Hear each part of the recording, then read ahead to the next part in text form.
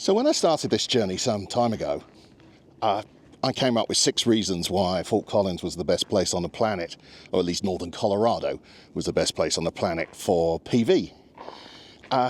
One thing I didn't take account of was snow.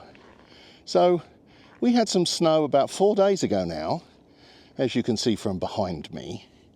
And then if I was to switch my camera around, you'll notice on the top of my roof that my solar panels are covered. And in fact, they're covered all around the house. So I've been thinking about, how do you solve that problem? Honestly, I expected this stuff to melt. But just to give you a sense of scale, it's 0 Fahrenheit, according to my car right now. It was minus 25 degrees Celsius last night, and the high today is minus 11 Celsius. So one thing that isn't happening is any of this isn't melting, and obviously being white, it reflects the sun, and as a result, it's taking a long time to melt. In fact, it hasn't even started yet, and that's 4 days now I've had without PV. And as you can imagine, that's very annoying. So what are we going to do about it? Give you another sense of, there's the south-facing PV. It hasn't even begun to melt. So we've got a couple of options here. The first one is I could get up there and sweep it off. But it's icy and snowy, and it's also 25 feet up, so I'm not doing that. That would be crazy. And also it's non-scaling. Next, I could get a long pole with a spray can on the top of it, and I could spray de-icer on it. But there's 2 problems with that. The first one is, to get to those bits of the roof, I'd need a pole about 35 feet long, for any of the solar panels, in fact. So that's really not very practical. And also putting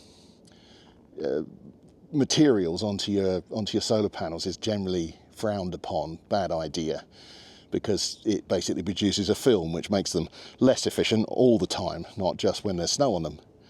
You could do the same with a rake, again, but I'd need at least a 35-foot long rake, which I think would be at best unwieldy, and secondly, or thirdly, or whatever number I've got to now, would be very unwieldy, and I'm concerned I would scratch the panels, and apparently they're not inexpensive, so I don't really want to do that. And then another option seems to me to, at some point, probably pay somebody else to go up there, put some electrical heated pipe, the sort of thing that you run round water pipes to stop it freezing, attach that to the back of the panels, and when it snows like this, turn it on for a few hours, run a few kilowatts of heat through the panels, or behind the panels, to melt the snow off, and then be done. But that's probably going to cost me some not insignificant money. Is it really worth the effort? I suppose the question I'm posing to all of you is this worth doing anything about? Or for the, I don't know, 10 to 20 days a year that we get where it's too snowy, for the solar panels to work, I just suck it up and actually use the mains power, which kind of goes against everything I want to do, but it might just be the simple answer. The other question for all of you good people in the comments is, if I were to put heated electrical cable behind the panels, do I do it at the top where it would melt behind the snow and hopefully produce a film and the whole sheet of snow would fall off? Or do I do it at the bottom where it effectively melts the bottom part and then the snow moves down and then melts the next part? I suspect the right answer is, if you're going to do it, just do the whole damn panel, and then it defrosts it really quickly. But interested in solutions. And for those of you who live further up mountains than I do, and or get a lot more snow than I do, which is lots of places, what are your solutions? Anyway, yeah, Fort Collins isn't quite as great as I thought it was going to be for PV, but it is pretty, so pays your money, it takes your choice. All right.